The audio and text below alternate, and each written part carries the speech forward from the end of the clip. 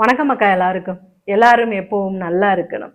ஒவ்வொரு குடும்பத்திலையும் எப்படியோ வாழ்ந்து வந்திருந்தாலும் திடீர்னு ஒரு வறுமை நிலை வந்திருக்கும்.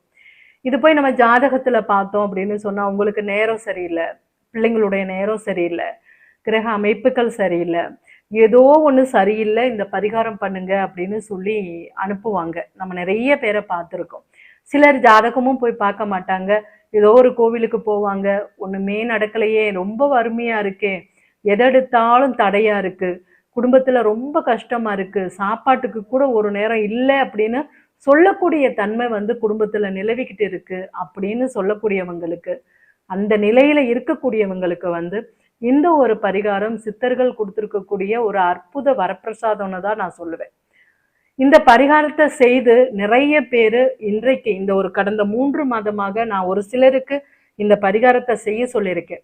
அவங்க செய்து பார்த்துட்டு இதை செய்ததுமே எங்களுக்கு பல மாற்றங்கள் கிடைச்சிருக்கு, வியாபாரத்துல முன்னேற்றம் கிடைச்சிருக்கு, வீட்டுல இல்லைன்னு சொல்ல முடியாத அளவுக்கு எங்களுக்கு எல்லாமே பெருகிக்கிட்டு இருக்கு அப்படிங்கக்கூடியதை என்கிட்ட பகிர்ந்த பிறகுதான் உங்களோடு நான் இதை பகிர போறேன்.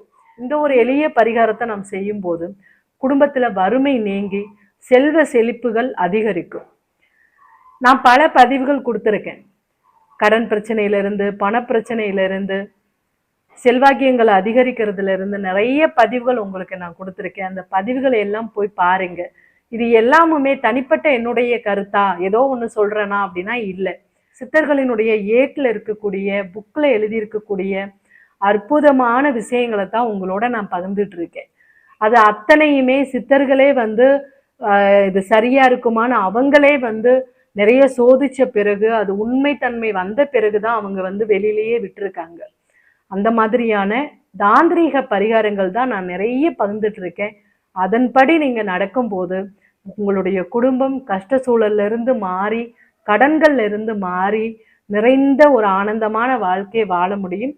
அதற்கு தொடர்ந்து உங்களை சேனலை சப்ஸ்கிரைப் பண்ணி வச்சுட்டு ஃபாலோ பண்ணுங்க. இன்னைக்கு இந்த எளிய பரிகாரம் என்ன அப்படின்னா, வெற்றிலை கொடி. இந்த வெற்றிலை கொடியிலேயே 2 தன்மை இருக்கும். ஒரு இலா வெத்தலையா இருக்கும், ஒரு கரும் வெத்தலையா இருக்கும். பார்த்துருப்பீங்க. இந்த இலா வெத்தலை நம்ம வாங்கக்கூடாது. கருமையா இருக்கக்கூடிய வெத்தலை கொடி ஒன்று வாங்கிக்கணும். இந்த வெத்தலை கொடியை எப்போ வாங்கணும் அப்படின்னா, பௌர்ணமி அப்போ வாங்கணும். இன்னைக்கு பௌர்ணமி அப்படின்னா காலையில வாங்கிடுங்க. வாங்கிட்டு ஈசான மூலைன்னு சொல்லக்கூடிய வட கிழக்கு மூலையில இந்த வெத்தலை கொடியை இடம் இருந்தா இடத்துல வைங்க.